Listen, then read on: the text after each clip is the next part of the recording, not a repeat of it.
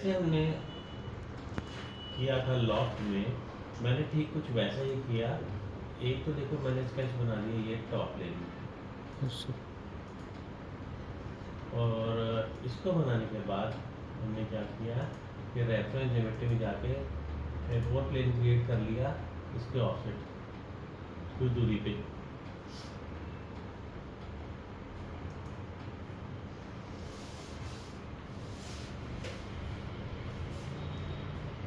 कुछ दूरी पे हमने क्रिएट कर लिया, ठीक है। इसके ऊपर जाके मैंने स्केच बना दिया।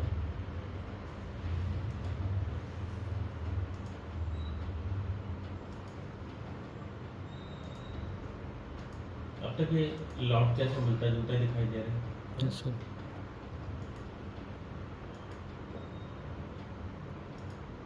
मैंने क्या किया, यहाँ से फ्रंट प्लेन लिया और इस पर भी स्केच बनाया।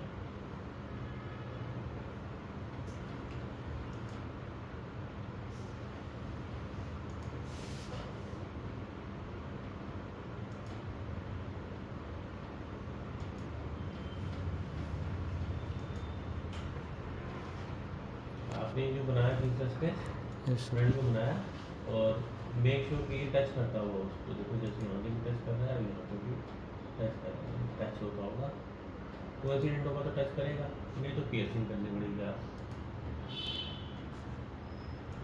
प्लेन मैंने ऑफ कर दिया, कुछ ऐसे दिखा दिया। हमने कमांड दिया, देखो बाउंड्री कमांड एक्टिवेट हो गया। कमांड दिया आपने, इसमें क्या सिलेक्ट करो, डायरेक्शन 1। हमने फर्स्ट को सिलेक्ट करा स्केच, सेकंड को सिलेक्ट करा स्केच, आपने देखा ये आ गया। इसमें जो ग्रीन कलर की लाइंस आप देख रहे हो, इनको हम कहते हैं कर्वेचर कॉम।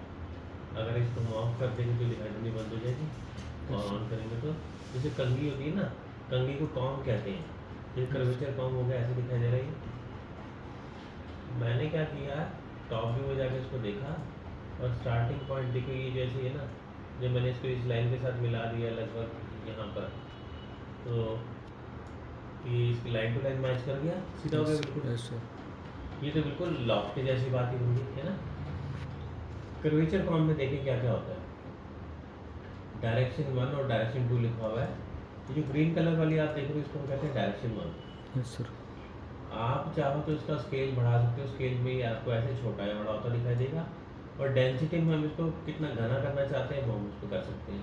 इसका यूज़ क्या होगा वो मैं आपको अभी बताऊँगा। हमने ये किया, फिर हमने क्या किया, यहाँ से जाके ले लिया option normal to the profile का। नॉर्मल टू द प्रोफाइल करने पे आपने देखा ये सीधा हो गया यहाँ से, जैसे हमने पहले लॉफ्ट में सीखा था। और साथ ही हमें एक और ब्लू कलर में दिखाई देने लगी कॉम, जी डायरेक्शन 2 थी। मैंने ऐसे किया, नीचे से भी इसको नॉर्मल टू द प्रोफाइल कर दिया, तो आपने देखा ऐसी शेप आ गई। अभी जो कॉम है इसका ये काम है कि जब हमारी ये प्रोफाइल बाहर की तरफ उभरी हुई होती है तो आपको ये टर्म बाहर की तरफ दिखाई देगी, और जब ये अंदर की तरफ धसी हुई होती है तो आपको अंदर की तरफ दिखाई देगी। हमें यहाँ से देख के मालूम पड़ रहा है ना, अंदर की तरफ दबा हुआ है और ये बाहर की तरफ उभरा हुआ है। तो डायरेक्शन 2 ये थी ग्लू वाली, इसको भी हटा कर सकते हैं, घटा सकते हैं। और स्केल तो मैंने आपको बताई है कि हम चाहें तो स्केल को छोटा या बड़ा कर सकते हैं। कम से कम डेंसिटी इसकी यही 43 होती है, आप डेंसिटी को बढ़ा भी सकते हो। जितनी ज़्यादा टिपिकल शेप होगी हमारी उतनी ज़्यादा हम डेंसिटी बढ़ा के काम करते हैं, ये तो पता नहीं चलता। अगर आप ऑफ कर दे तो कर्वेचर कॉम को तो ये ऐसा दिखाई देगा। अगर हम इसको ज़ेब्रा स्ट्राइप्स कर देंगे तो इसके ऊपर कुछ ऐसे निशान बने आएंगे जैसे ज़ेब्रा पे होते हैं। इसका भी वही पेन पर्पस है कि जहाँ से दबी हुई है या उभरी हुई है वो हमें पता लग जाए। ज़ेब्रा का भी ये काम है। ये लिखा है मेश डेंसिटी, आपने इस बात पे ध्यान दिया, इसके 1, 2 और 3 हिस्से किए हुए हैं, ऐसे भी 3 और ऐसे भी 3 हिस्से किए हुए हैं, क्योंकि आपने मेश डेंसिटी को 3 रखा था। हमने इसको 4 कर दिया तो 4 का 4 16 हो गए, 5 का 5 25 हो गए। अगर मैं अब कर्वेचर कॉम को ऑन करूँ तो आप देखेंगे कि अब हमें ज़्यादा दिखाई दे रही है ना। तो मेश डेंसिटी को बढ़ाने से ये दिखाई देने लगी ना ज़्यादा। और तो और जब ये नॉर्मल टू द प्रोफाइल था तो आप ये देखो ग्रीन कलर की जो लाइन थी ये ऐसे आ रही है इसके परपेंडिकुलर, और जब हमने यहाँ से इसको लिया हुआ था नन, तो ये ऊपर की तरफ उभरती हुई आ रही थी, देखो ऐसे फर्क है दोनों चीज़ों में। चलिए इतनी बात तो हमें समझ आ गई। Mesh, zebra stripe, curvature comb, ये सेटिंग समझ आ गई है ना। अगर आप थिन फीचर रखोगे तो आपको पता है थिन फीचर में तो हम एक मोटाई जो देती है उसकी थिकनेस के साथ में इसको बना के दे देंगे, तो हम जानते हैं। खैर हमने इसमें जो ये लगाया था इसका क्या रोल हुआ, इसका तो कुछ यूज़ किया नहीं हमने। हम क्या करेंगे, यहाँ से जाके डायरेक्शन 2 पे क्लिक करेंगे और जो हमने आर्क अलग से बनाई थी इसको हम सेलेक्ट कर लेंगे। देखा आपने, जैसे मैंने इसको सिलेक्ट करा इसकी शेप इसके अकॉर्डिंगली एडजस्ट हो गई, ये देखो मैच कर गई उसके साथ, है ना। देखो आप इसके साथ मैच कर गई है। तो जिस तरह से हमने गाइड कर लिया था उस तरह से इसके अंदर भी हमें इसकी शेप को मैच करना हो तो हम इसको ले सकते हैं गाइड कर डायरेक्शन 2 के अंदर, डायरेक्शन 2 के अंदर उसको। ठीक, अच्छा और देखिए हमारे पास यहाँ पे ऑप्शन में direction vector normal to the profile, एक डायरेक्शन वेक्टर भी है। ये पहले भी आया था डायरेक्शन वेक्टर, मैंने आपको कहा था मैं आगे बताऊंगा इसके बारे में। इसको समझ लेते हैं डायरेक्शन वेक्टर क्या होता है।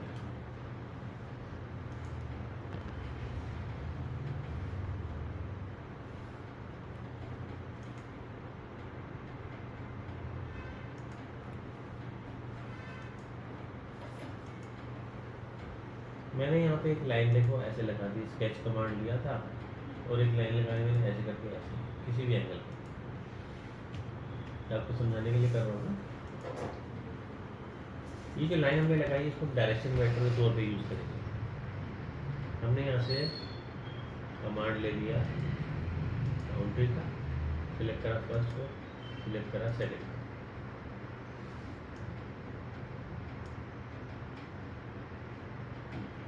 डायरेक्शन ये लिया था हमने। अब हम उसके बाद हमने क्या किया कि यहाँ से चेंज करके ले लिया डायरेक्शन, और मैंने इस वाली लाइन को सिलेक्ट करा। आप देख सकते हो कि जैसे मैंने इसे सेलेक्ट करा यहाँ पर ये एरो दिखाई दे रहा है, ये एरो उसके पैरेलल ही नज़र आ रहा है हमें। जैसे वो रखा हुआ वैसे ये भी रखा हुआ, ये देखो। और यहाँ से शेप देखो कैसे बन गई। इस एरो को तो आप घुमा भी सकते हो ना, हम इसको चाहें तो इसकी डायरेक्शन को रिवर्स भी कर सकते हैं। रिवर्स करने पे देखो ऊपर कर आ गया ऐसे, ये देखो। इसका मतलब उसको कंसिडर कर रहा है ना वो। और मैंने ऊपर से भी ले लिया इसको,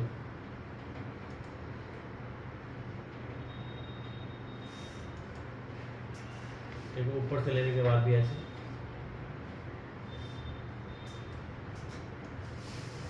देख रहे हो आप शेप में फ़र्क आया। मैंने इस वाली डायरेक्शन के साथ नॉर्मल टू द डायरेक्शन में तो क्या होता था इसके परपेंडिकुलर लगा देता था, लेकिन अब आप इसको किसी भी एंगल में देख लगा सकते हो। मैंने एक जो लाइन लगाई है, लाइन लगाने की ज़रूरत नहीं थी, हम पहले से बनी हुई किसी एज को भी सिलेक्ट, जैसे एज है ना, किसी एज को सिलेक्ट करके भी उसको वेक्टर बना सकते हैं। ठीक है, तो देखा आपने यहाँ पे शेप के अंदर फ़र्क नज़र आया हमें। ये हमने ऑप्शन ली थी डायरेक्शन वेक्टर वाली, देखो ये पहले से फ़र्क शेप है।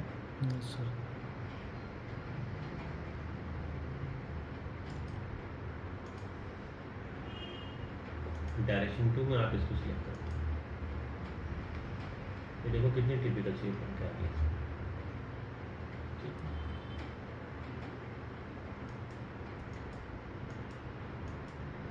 पैरामीटर को बदलने से आपको रिजल्ट में भी फर्क दिखाई देगा। इसी तरह से हम बात करते हैं कट की। हमने यहाँ से लिया एक्सट्रूड कमांड,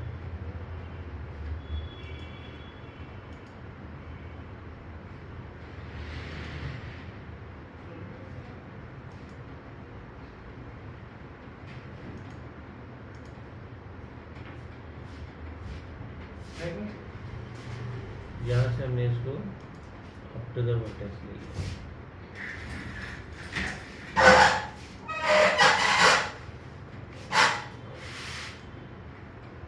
हमने यहाँ से कमांड लिया बाउंड्री कट का, सिलेक्ट करा इसको 1, सिलेक्ट करा इसको 2, direction,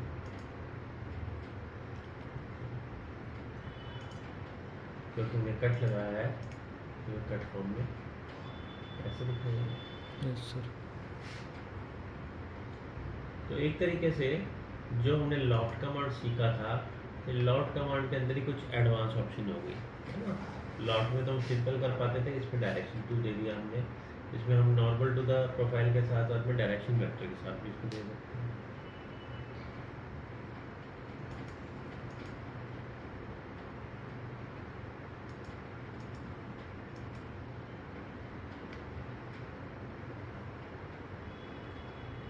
boundary, direction 1, select first sketch, select second sketch, correct the starting point,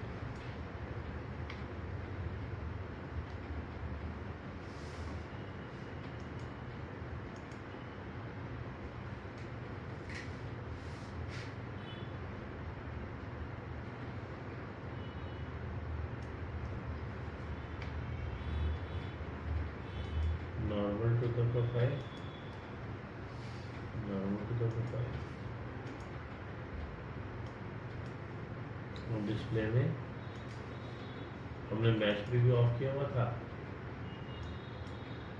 हमने कर देते हैं कौन सा। नॉर्मल टू द प्रोफाइल में आप देखोगे जो लाइंस हैं ये परपेंडिकुलर आ रही हैं इसके नॉर्मल टू द प्रोफाइल, और जब हम इसको नम रखते थे तो नम में ऐसे देखो ऊपर की तरफ जा रही है। उसी से पता लग रहा है कि ये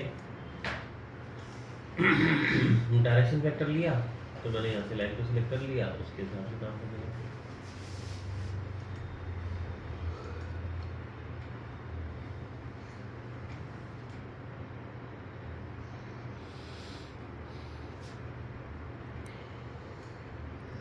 किन फीचर लेंगे इसको,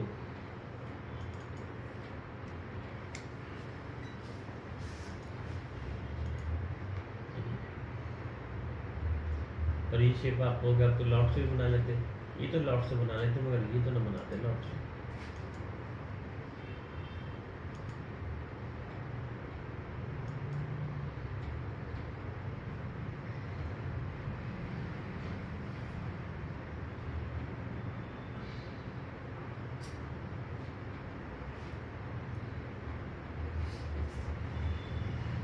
सर वेक्टर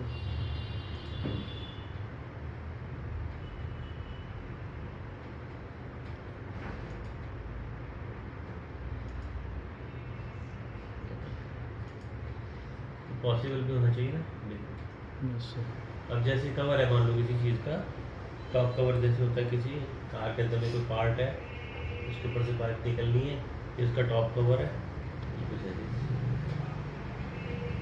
ठीक है, तो ये आपका कमांड था बाउंड्री बॉस या बाउंड्री कट। तो एडवांस मॉडलिंग का ये लास्ट कमांड था, यस सर। ये आप प्रैक्टिस करके देखो। नेक्स्ट क्लास से कल हम असेंबली डिज़ाइन स्टार्ट करेंगे। हमें ज़्यादा समय बाकी चीज़ों में नहीं लगेगा, जितना सबसे ज़्यादा जो टाइम लगता है वो पार्ट मॉडलिंग में लगता है जो आपका कंप्लीट हो गया है। Yes sir. बाकियों के अंदर में हमें टाइम ज़्यादा नहीं लगेगा। असेंबली और दूसरे मॉड्यूल्स ये लगा के चलो कि 50% टाइम में अगर पार्ट मॉडलिंग में लगा है तो सबको मिला के बाकी में 50%